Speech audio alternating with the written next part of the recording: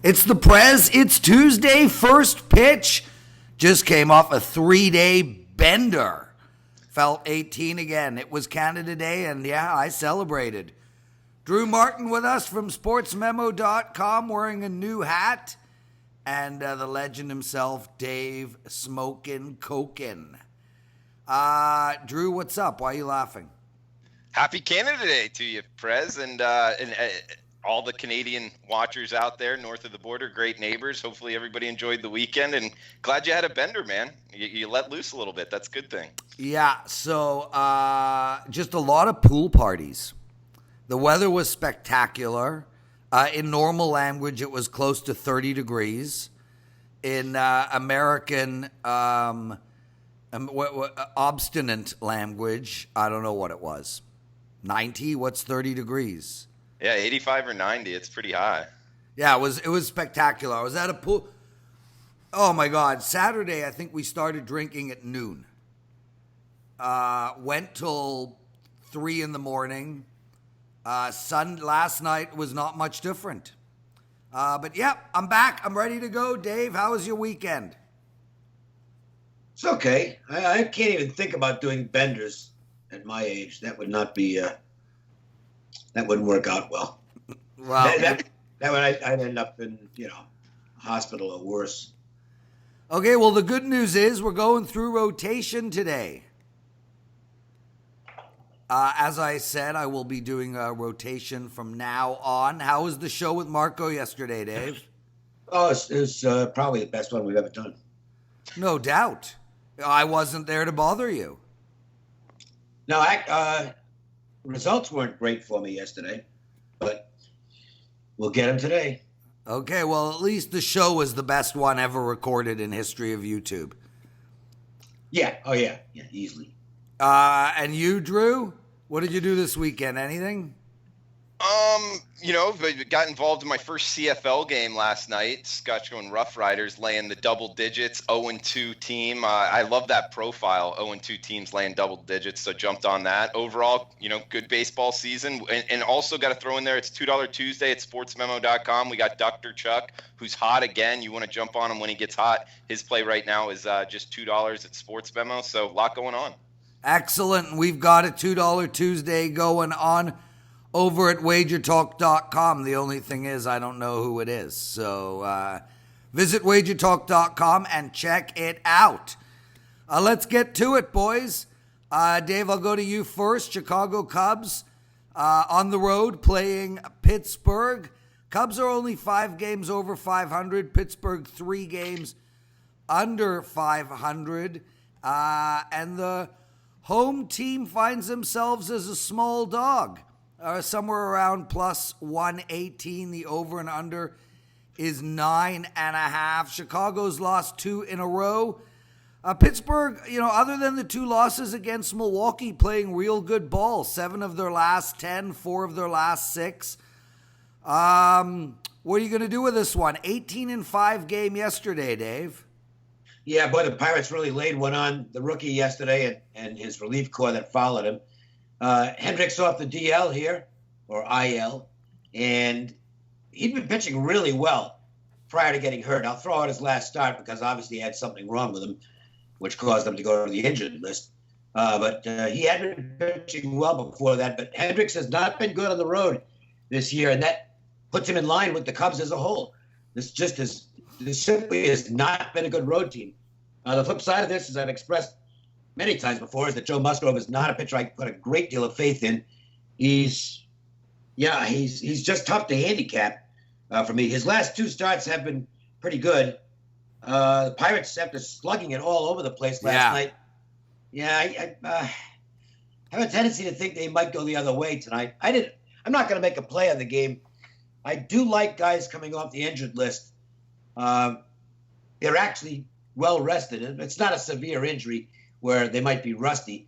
It's actually like a nice break sometimes. So maybe I'll lean to the Cubs, but not one that I'm really enamored with.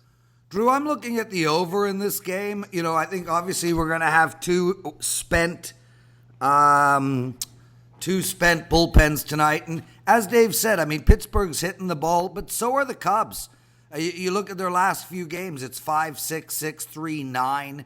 I think 9.5 would have been would have kept me away from the over, but I'm going with the over in this game.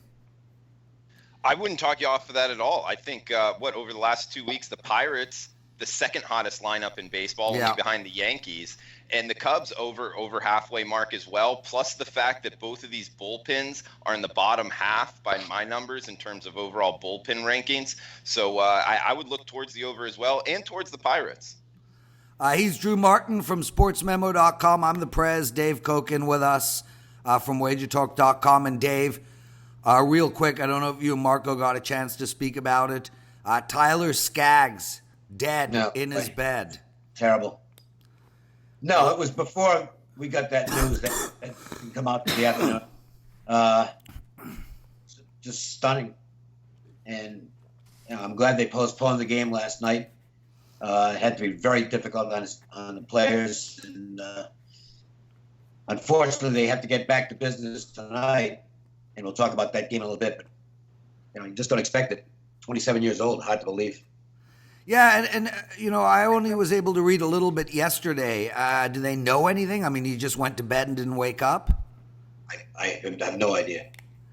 Yeah, really, really sad story. Well, as they say, back to business. Miami and Washington. Miami 18 games below 500. Washington, my God, Dave. I mean, this team has turned their season around. 42-41 on the year. And just playing really good ball. They've won 5 of their last 6 games. They're home tonight. They're -2.5, -205. The over and under is 9. It's Gallen versus Corbin. I know how much you like Gallen. You feel like Miami's a live dog here? I don't. I like Gallen a lot in his first start. I keep on having to say this. I like starting with you. Right. I like first time around the league, first time out of the box guys. There's no real film on them except in minor league ball. The players haven't seen him. I think Gallen's okay, but I don't think he's more than a 3 or a 4 tops. And now he's going to look at the Washington lineup for the second time. I think that's advantage Nationals. Corbin is back on track. He's gotten his command back. When he's got his fastball and slider both working, he's really good. And Washington looks like the right side to me here. At $2, they ought to be the right side. But so it's not a game I'm going to be betting. But the Nationals look like winners here. Yeah, and Drew, we'll go to you on this. I like Washington on a blowout here. I think they're going to really get to this pitcher, and they're going to get to him early. I like Washington in the first 5 innings. And even as the home team, I like Washington as -1.5 tonight. And they covered that run line 4 of their last 5 wins. The only loss to that run line coming against Detroit 2-1. I'm with Dave on this. I think Washington's the right side, and I'm going to lay the 1.5 here. Okay. Yeah, with the home team run line. I mean, I do think the number kind of speaks to that, over -200 favorites here for Washington. I will say this, you brought up the fact that Washington turned their season around, which they have. The Marlins, they were 9-31. They've as well turned their season around. Good pitching, mainly starting pitching. They turned their season, just not around. At least on a trajectory basis, a little better than their start anyway. But going by the bullpens, this is the 27th ranked bullpen versus the last ranked bullpen in terms of full ERA rankings of the bullpen. So in terms of volatility, I think that will be there in today's game. But just to sum it up, I'm not involved. If I was, I would be on the over though. Milwaukee on the road. Playing Cincinnati. Cincinnati last 2 games went over. Before that, 4 games under. This team is the under team of the league, 29-51. And Milwaukee's playing to the under as well in this game. We've got Anderson versus Rourke on the mound. Rourke, outstanding numbers his last 3 innings pitched. Over and under of 10.5. Dave, I'll go straight to you on this one. What do you like? Last night was a good example of what the problem is for the Reds.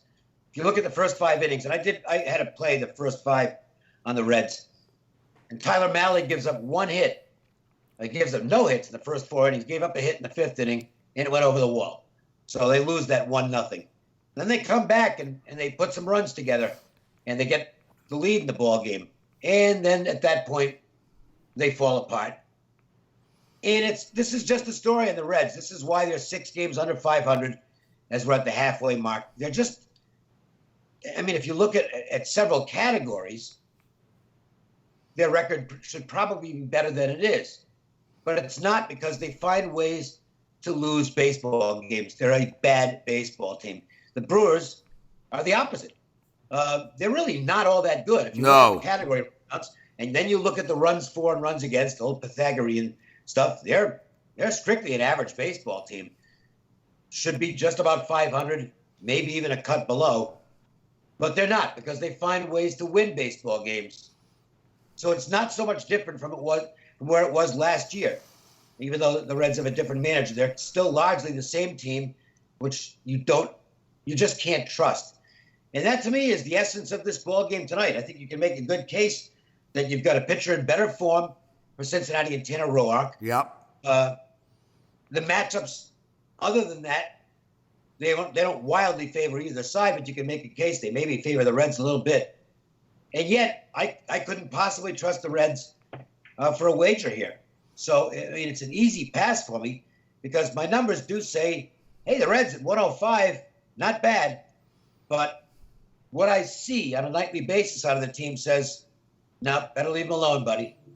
Yeah, I like the under in this game, Drew. 10.5 you can find out there. There are some 10s and 10.5s. Listen, Cincinnati is playing to the under regularly. They did go over in the last 2 games, but this team is an under team.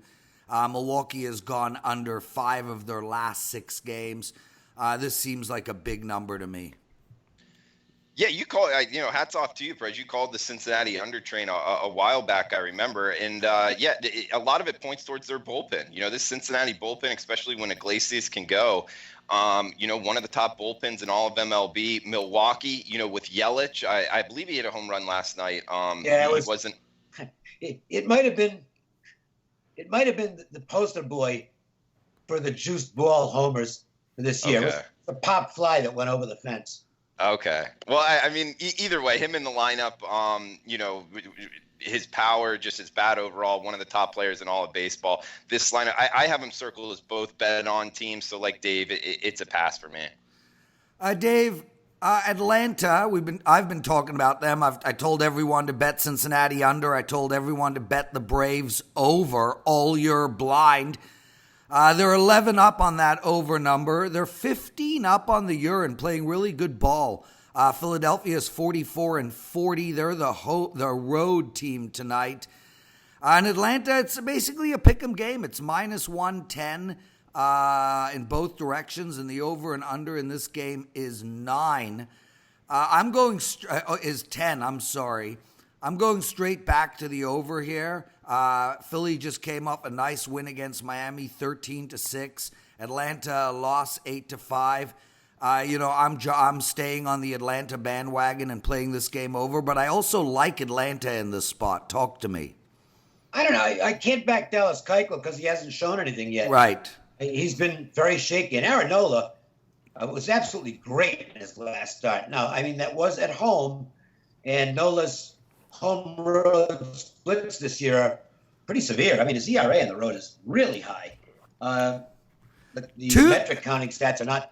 2 great starts in a row, though, Dave. Nola lost a 2-1 game to Miami, 8 innings pitched. Yeah, but the point is, again, as I was making, I know he pitched brilliantly. He has not pitched well on the road. 7.28 ERA. FIP 654. XFIP is not as bad. So he's had some misfortune on the road, but he's been really bad away from home.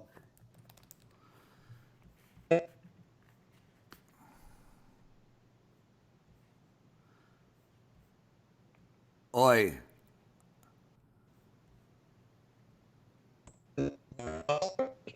And I just I'm a little surprised. No, I'm not surprised, actually. Not surprised the play is on Philly here, based on Nola's last start, particularly his last start, with the thought being that he's maybe getting into his best form, and Keuchel has not shown much in his first two starts. His command's been a little bit shaky last time out. He just doesn't look that great.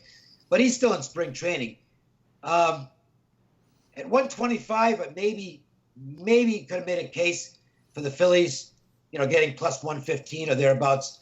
It's down now and basically getting just about even money on Philadelphia. That's not enough for me. Drew, as I said, I'm playing the over in this game. Talk to me about what you like. I do like the over, and I agree with what Dave said about the Atlanta Braves are rolling. What they've been able to build there just as an organization, even this year, and looking forward is pretty impressive. Not to mention in SunTrust Park, the atmosphere they have, they're filling up the seats. It's a great, the best ballpark I've ever been to. Keuchel, however, the profile of betting on a pitcher to pick the spot, this is where he's going to do good. I don't like that profile like Dave was kind of touching on. So that's what's keeping me off of this. But I agree with kind of the sentiment of both you, looking towards the over and being on the Atlanta Braves, looking to bet on them, not fade them in the near future. Listeners, you're listening to First Pitch. It's up at Wager Talk TV on our YouTube channel Monday to Friday. We also have a podcast on it. And starting tomorrow, we're going to bring a little bit, something a little bit new. Drew, be alert because I need your help on this. Every day from now on, we're going to have a featured handicapper from Sports Memo and from Wager Talk. So two of them. Both will accompany promo codes where you will get half price off of their package. And it will only be for the listeners of this show. So Drew, as the man who runs Sports Memo, if you can email me every night, just somebody you want to talk about, promote, whatever, at Sports Memo, a streak, a something, and a promo code, we will start that tomorrow.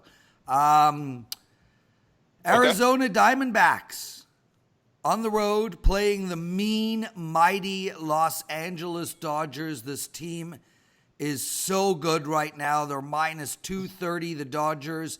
The over and under is 9. Dave, I'll go to you. I mean, Arizona, this is probably the worst the Dodgers have done all year. They've lost 2 of 3. What do you like in this game? Yeah, Stripling is getting stretched back out again after pitching mostly in the bullpen for the last couple of months. So he might be able to go a little longer tonight. I mean, the Dodgers are just a monster, and it seems unlikely to me that Clark is going to be able to contain them. So I would think the Dodgers should be able to win this comfortably. The line reflects that. 240. Look at the total, 9. Yeah. For Dodger Stadium. The odds makers have caught up to what's happening with the baseball and in the betting patterns. You don't often see 9s at Dodger Stadium in night games. So, Dave, I want to ask you about something. Obviously, by rule, you don't want to be taking the home team minus 1.5, and I know you don't take run lines.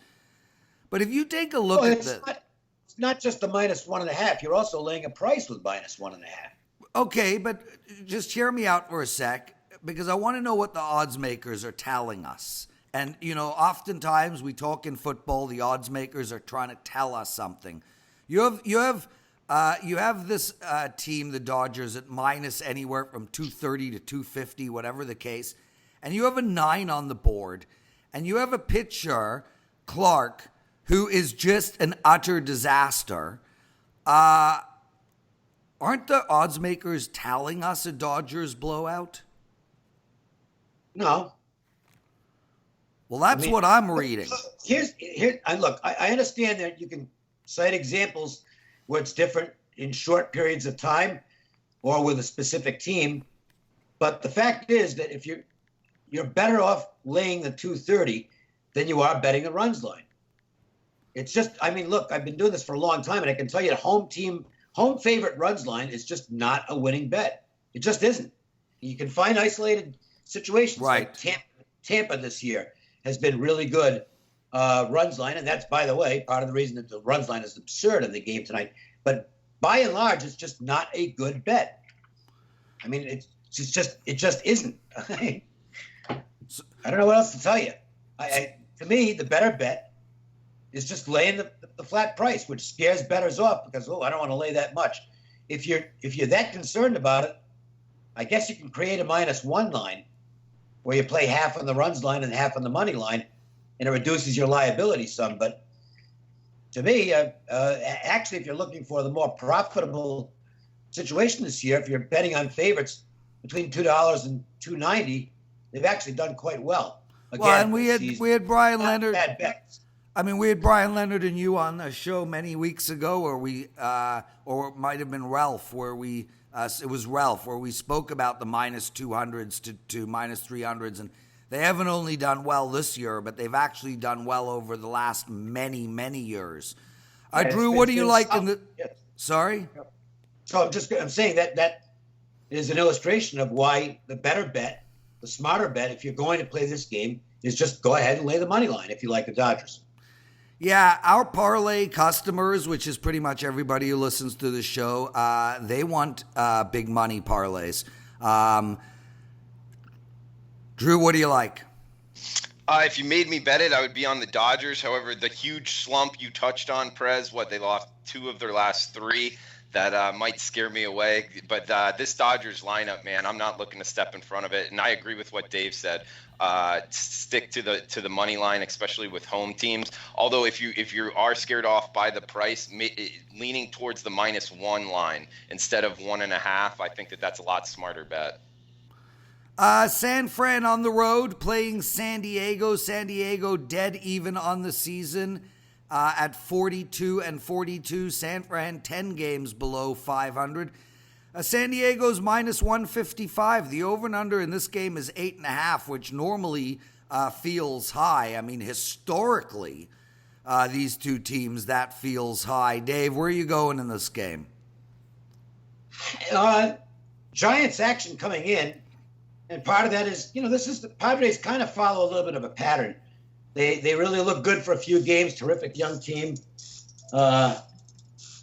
And I'm going to have to get this. I will be back in a moment. You get this. Drew, take over, my brother. Strom giving up 4 runs, 6 runs, 7 runs his last 4 starts, and having to lay -150. I know that they are at home. Still, I don't look towards the Padres here. Can't trust their starting pitcher. However, their bullpen, one of the better bullpens in all of the major leagues by my numbers. And Beatty, on the other hand, terrible pitcher as well. So not looking to bet on the Giants in this spot either. So I passed, Prez. I like the under in this game, and I know it's a bit strange given that San Fran just put up a 13 spot and a 10 spot. I just feel like we're going to get good pitching, Stram versus Speed. It's not going to be great. I mean, Strom's a disaster right now, but the San Fran lineup just, they cannot consistently hit the ball. I'm going to get an 8.5. I'm going to take it. Dave, I don't know if you want to add in to this game or if you want to move on to Boston and Toronto. I'm not backing Tyler Beatty, who just isn't very good. Matt Strom has not been good at home this year. His numbers at Petco are really lousy. I think this price is actually gotten down to the point now where I would look at San Diego at least. 170 I thought was pretty good in terms of being the right number. Market's bet it down to about 155, 153. That to me is a little bit low. The Padres, their last 2, they were playing really well, and then the last 2 games they blow the game up to the Cardinals on Sunday, where they've got a 3-0 lead and let it get away, and then just got hammered last night. That might be a little wake-up call for a team that maybe was getting a little bit full of themselves. And I watch every Padres game. I mean, I watch almost every game, period, but I definitely watch all the Padres games. And I think they were getting a little cocky. And maybe last night, a lesson for them. I wouldn't be surprised if we get a good performance out of the Padres tonight. He's Dave Cokin, Drew Martin with us. Guys, we've got to pick this show up. I've got a management call in 20 minutes. Right. Boston versus Toronto. Let's just bottom line this really quick. I have a question for you, Dave, but let's set it up. Okay. Boston, David Price on the mound, -149 at one book, -166 at Bovada. So we have quite a discrepancy. Yeah, well, that's That's typical Bovada. They're extremely public. Yeah, but you know what, Dave? With that all said, it's important to have Bovada as one of your outs because you're going to get great lines there. Okay. I have no problem with that. I'm saying that their lines are generally going to be higher. Of course. Of course. We just had a move from 148 to 149. The over and under is 9.5 in this game. And I think Boston's the play. But more importantly, Dave, geez, you look at this total at 9.5. Boston just put up 8, 13, 7, 6, and 6, and Toronto's hitting the ball all over the place. Price versus Thornton. This over is the over of the day to me. Okay, so Price is 13-1 lifetime at Rogers Center. This is his favorite place on the planet to pitch. Yeah, well, he should have re-signed. Well, okay. He loves it there, so there's no way I'm going against Price. The other thing, though, is I don't know whether there's going to be a hangover from all the travel with the Red Sox and Yankees. They're just in London, and I know that sometimes this can have a negative impact. We see it with NHL teams that go out of the country to start the season. Yep. Over to Finland or wherever.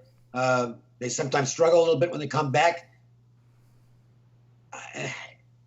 That would concern me with both the Red Sox and Yankees tonight.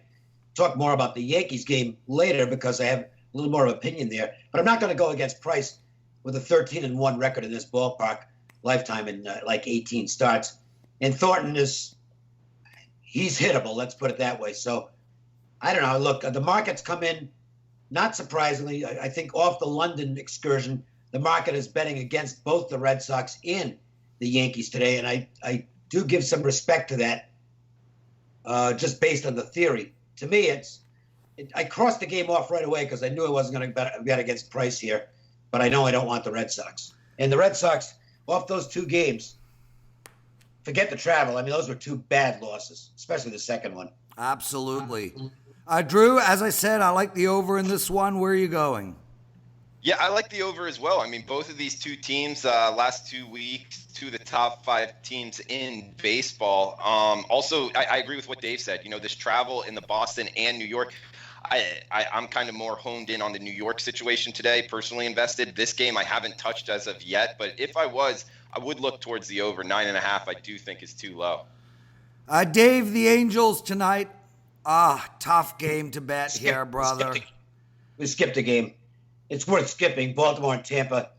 Wojciechowski, who hasn't been in the majors for years, is on the mound for the Orioles. You can argue he's still not in the majors because he's with the Orioles. And Charlie Morton for Tampa. Roughly $3. Obviously a game Tampa should win. Next. Okay, next it is. And sorry for skipping that game. Texas minus 138 against the Angels. The over and under is 10.5. Really tough game to get a handle on. I think everyone should just lay off this game and see what happens with Skaggs passing away. I mean, we could get an Angels monster run and we can get this team unfocused and falling apart. Yeah, I have the same exact thoughts. I have no idea how to read them emotionally here. This is an extremely difficult situation for everybody in the team. I think playing a baseball game is probably the best thing for them. Kind of just, get back out there and get your mind off what's happening and just play some ball. But I don't know. And I don't really want to go against Mike Minor either. I know I don't want to go against the Angels in this spot. I think they could be highly motivated tonight. Yeah, Drew, any thoughts on this game? I mean, for me, I'm just laying off. Yeah, I mean, with Tyler Skaggs, by all accounts, a great person as well off the field, had a lot of friends in the clubhouse and all around baseball, really, so a terrible situation. However, looking at this from a betting perspective, that's what we're doing here.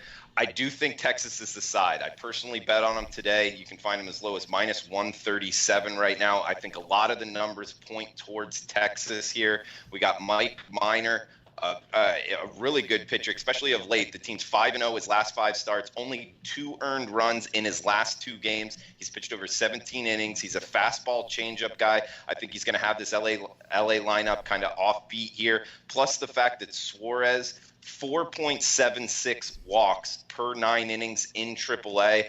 Young guys that have command issues, I really look to fade when they're stepping up to the major leagues. And so all the numbers point towards Texas, in my opinion. So I think Mike Minor at -137 right now is worth a bet. I bet it for 1 unit. Plus the fact that you bring up, it is a situation that could have a volatile handicap. Like you said, Prez, they could come in and play very, very, inspired for them, or they could be lackadaisical, like their minds all over the place. Yeah. So I would kind of put that as 50-50 against us or for us. But I do think the numbers point towards Mike Minor. Matt Boyd against Lopez. Detroit against the White Sox. Detroit's slightly favored here, -112 to 116.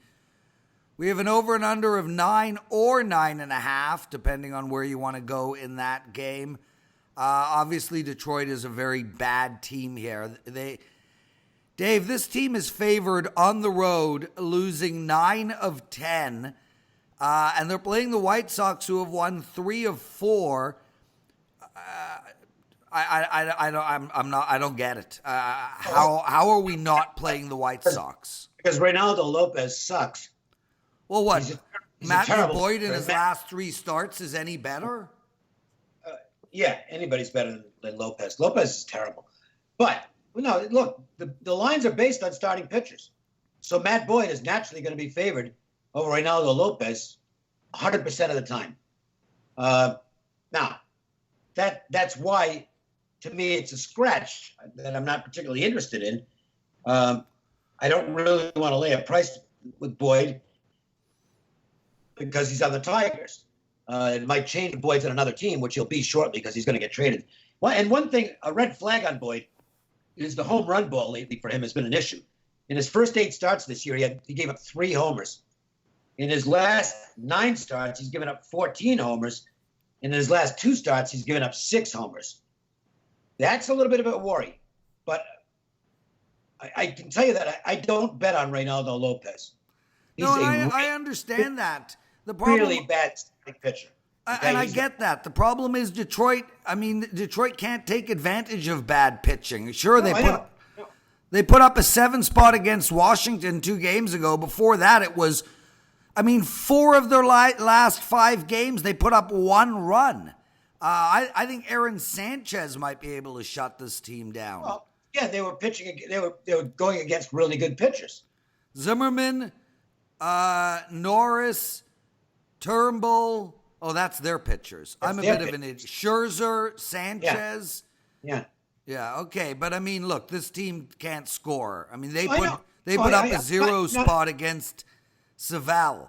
I'm not arguing with you. I'm just saying that Matt Boyd is always, I don't care where they play. They can play the game on Mars. Matt Boyd is going to be favored over Reynaldo Lopez. And Lopez has been just terrible. I'm with you. I think he sucks, but I think the White Sox are the play. Drew?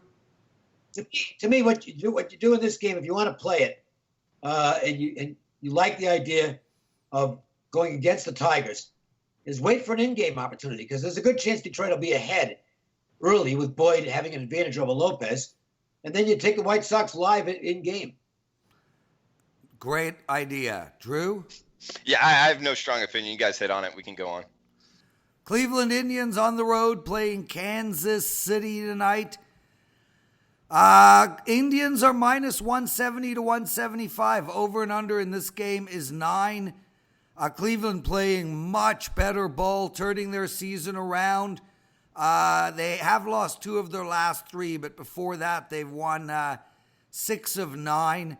Kansas City, yeah, they just lost 3 of 4 in Toronto. Shame on them. They've lost 4 of 5 games. Dave Bauer back on the mound, pitching much better against Jacob Junis. I think the -185 is good value, frankly. I like Cleveland. Yeah, the Indians got a win on Sunday, which they kind of needed because that series was not going well with the Orioles, of all teams, But here's the problem. Has Cleveland turned its season around? They did for a little bit. No question about that. But you take a look at the last 3 games, and this was against the Baltimore Orioles, mind you. 0, 0, and 2. And by the way, they gave up 13 runs in 2 of those games. Yep. So that's not really the form I want to see out of a team. Junis can be pesky at home. I'm not going to make a case for the Royals because I basically will not bet the Royals at this point. But I'm not sure I'd want to lay 170 with a team that has 2 runs in its last 3 games against the Baltimore Orioles. Look, I don't disagree with you here, but I think, after losing 13-0, 2 in a row, behind Bieber, they bounced back. They won a 2-0 game. Bieber bounced back. They didn't yeah, do anything. But Bauer is capable of doing the same. He's pitching outstanding, and I think they're going to keep Kansas City to 1 run, 2 runs tops. True?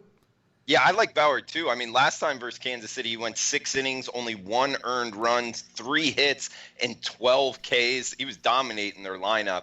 And on the opposing side, Junis, he's given up 13 home runs through his last 10 starts. That's a lot of long balls. His soft contact rate just at 12%. That's one of the worst in terms of starting pitchers in MLB. So opposing lineups are seeing him well. I think all of that points towards the Cleveland Indians. I'm with you. I think -170. It's as low as -170 right now. That has value. And also looking towards the Indians on the run line. He's Drew Martin. I'm the Prez. Dave Cokin with us. Couple more games to go through. 4 to be exact. Minnesota -115, -112 in some places. Over and under is 9.5. They're playing Oakland. There's obviously money coming in on Oakland as the line has dropped. Minnesota is so good. Oakland's not bad either. I mean, look, they're 7 games above 500. They're making money for their customers on the money line and the run line. This should be a really good game and a really good series. Dave, Minnesota, losers of 3 of their last 4. Oakland, winners of 5 of their last 6. Odorizzi versus Mengden. Where are you going? Odorizzi is starting to decline some. He's had 3 straight starts now that have been a bit shaky. -114, it's still sitting there. It actually went to 115. Few minutes ago, so the line really hasn't moved. Mengden is pitching pretty good ball. And one thing to remember in the Twins is, I know they're having a phenomenal season, but one of their key guys is Eddie Rosario. And not having him in the lineup, because he's battling a little bit of an injury right now, that is a hit for them. Not sure I want to get in the A's way right now. My numbers indicate the line's too low, but sometimes value is not necessarily all I need to make a play. Right. So while I've got some value on the model end of things, I like the situation better for Oakland. I'm passing flat out on this game. I can't see anything on the 9.5 either. Drew, what do you like? Yeah, I think situation, Dave's onto something. It does favor the A's here. Mengden, went down to the minors since coming back. Yeah, I think he had 1 start, 6 innings, 4 hits, no earned runs given up. But going against the A's batting average under 200 versus Odorizzi. He is an all-star. He's 10-3, 2.73 ERA. And his last couple starts haven't been as good, but still a top-line pitcher in my opinion. Plus the fact the Minnesota Twins get Buxton back, and more importantly, Marwin Gonzalez back to play all over the field. So I would look to bet more on the Twins in the near future here, possibly tonight. I do think, -111 before we started earlier is just too low on the Minnesota Twins, most profitable team in baseball. So I do like the Twins tonight. Yankees versus the Mets. Dave, we spoke about how the travel will affect the Yankees here. Good thing they're playing the Mets. Yeah, Paxton and Wheeler, the matchup. Yankees are favored, but the numbers come down from 155 to about 137. I can see that. If you like the Mets here, though, maybe catching the Yankees a little bit flat off the travel. I would look maybe first 5. Paxton has not been real sharp lately. His road numbers on the season, Obviously, it's not a big sample size because, as usual, he's missed some time with injuries, but he hasn't been very good on the road. The problem is you really don't ever want the Mets bullpen, ever. Yeah. It is the worst bullpen in baseball. Period. I mean, there's a lot of bad pens out there, but the worst of the worst is the New York Mets. They lead the majors in blown saves, and that kind of sums it up. Diaz has been unremarkable, to put it mildly, and his setup guys aren't any good. So, to me, if you're looking at Mets here, you go first 5, and I can see that. You never know what you're going to get from Zach Wheeler, but he's got good stuff. The Mets are going to be fired up for this because it's a Subway Series. And I think you can make a case for the Mets first 5 here. Yeah, I don't mind that play, but I like the over here, Drew. Yankees 12-7, 17, 8-4-10. This team is unstoppable. They've literally gone into double digits 5 of their last 10 games. That's insane. I know Wheeler's pitching really well, but nobody's keeping the Yankees down, and I'm getting a 9. I like the over. I like the over too, but I do like the Mets side more, especially the first half. I bet it for a unit early this morning.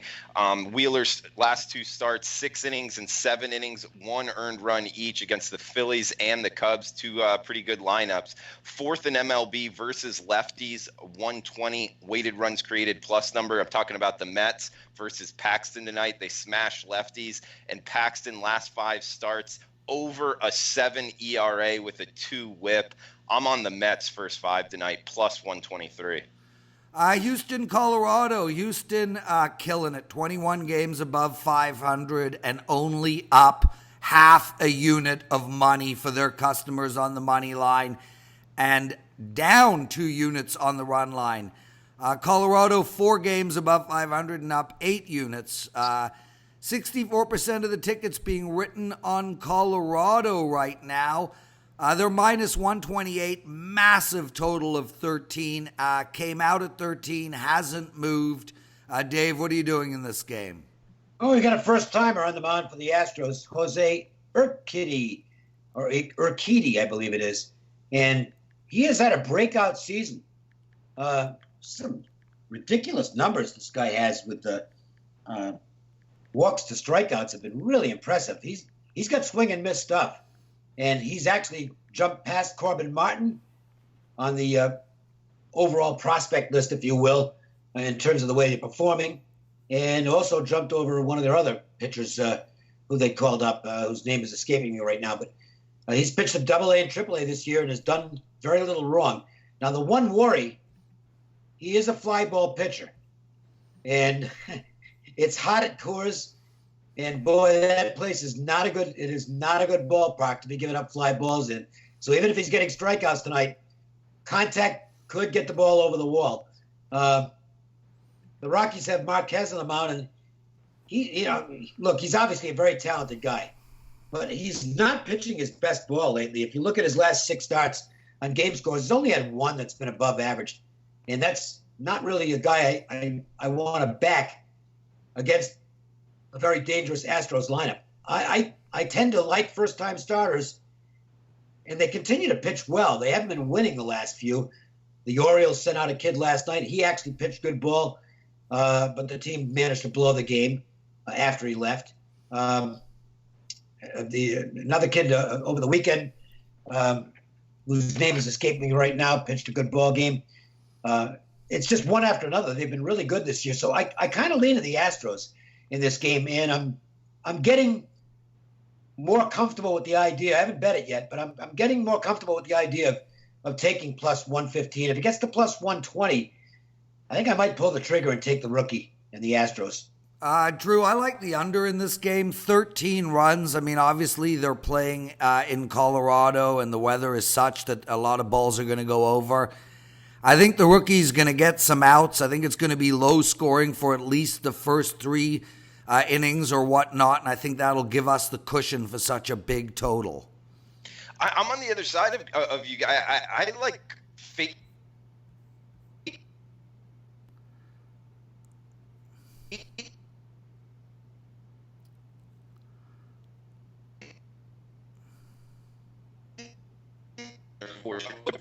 His first time at Coors.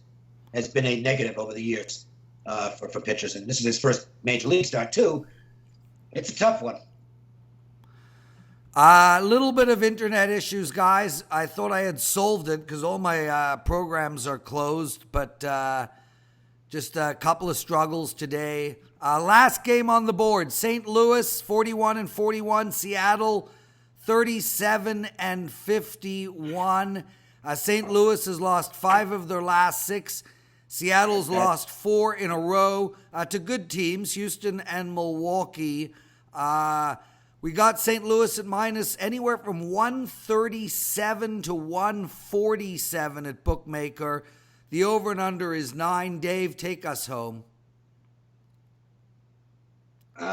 Jack Flaherty there are a few pitchers on the Cardinals this year who have been much, much better at home than on the road. Michaelis, Wainwright, and Flaherty. And look what the price is here, and it clearly reflects the recent play of the Cardinals, which is pretty bad. They did get, I thought, a game they really needed, and I mean really needed on Sunday. After losing the first 2 at San Diego, they did manage to get the series finale, and maybe that'll give them a little bit of a bump. Not really interested in playing the Mariners, but this is a game that 2 weeks ago, this price is like 160. And despite the fact the Mariners are just as bad now as they were then, the Cardinals have been so bad over the last couple of weeks. I think you're seeing a definite reaction with the odds makers and the betting public. And the number now is pretty manageable at 135, 140. All things being equal, at that price, I lean to the Cardinals, but I don't think it's going to make my ticket. Drew, 2 minutes, brother. Let's go.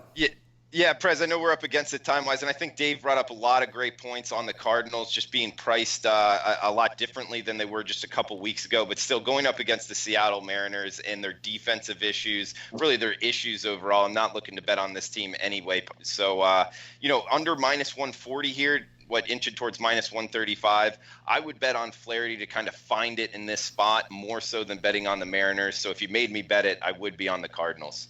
I think we had one consensus, so we might as well mention it. Both Drew and I like the Mets' first 5 tonight. Oh, there were a few plays you guys liked together. Great show, boys. Tomorrow, Dwayne Bryant and Dave Cokin. Drew, send me a promo code for somebody at Sports Memo every night or every morning early. Dave, we'll see you tomorrow. Guys, thanks so much. Listeners, make sure to keep commenting. I will respond to most of you. Be well, everyone. All right, thanks, boys. Good luck.